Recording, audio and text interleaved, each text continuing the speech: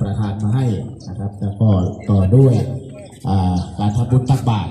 นะครับก็เป็นเสร็จพิธีนะครับในช่วงภาคเช้าที่พวกเราได้ร่วมกิจกรรมทำบุญตักบาตรในครั้งนี้นะครับจากนั้นก็เรียนเชิญนะครับเรียนเชิญ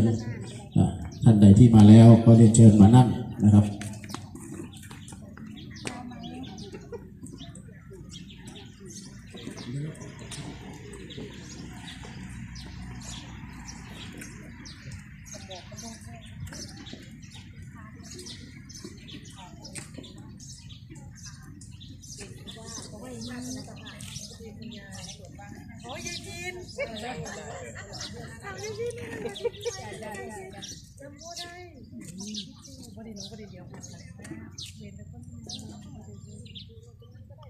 ก็คงจะ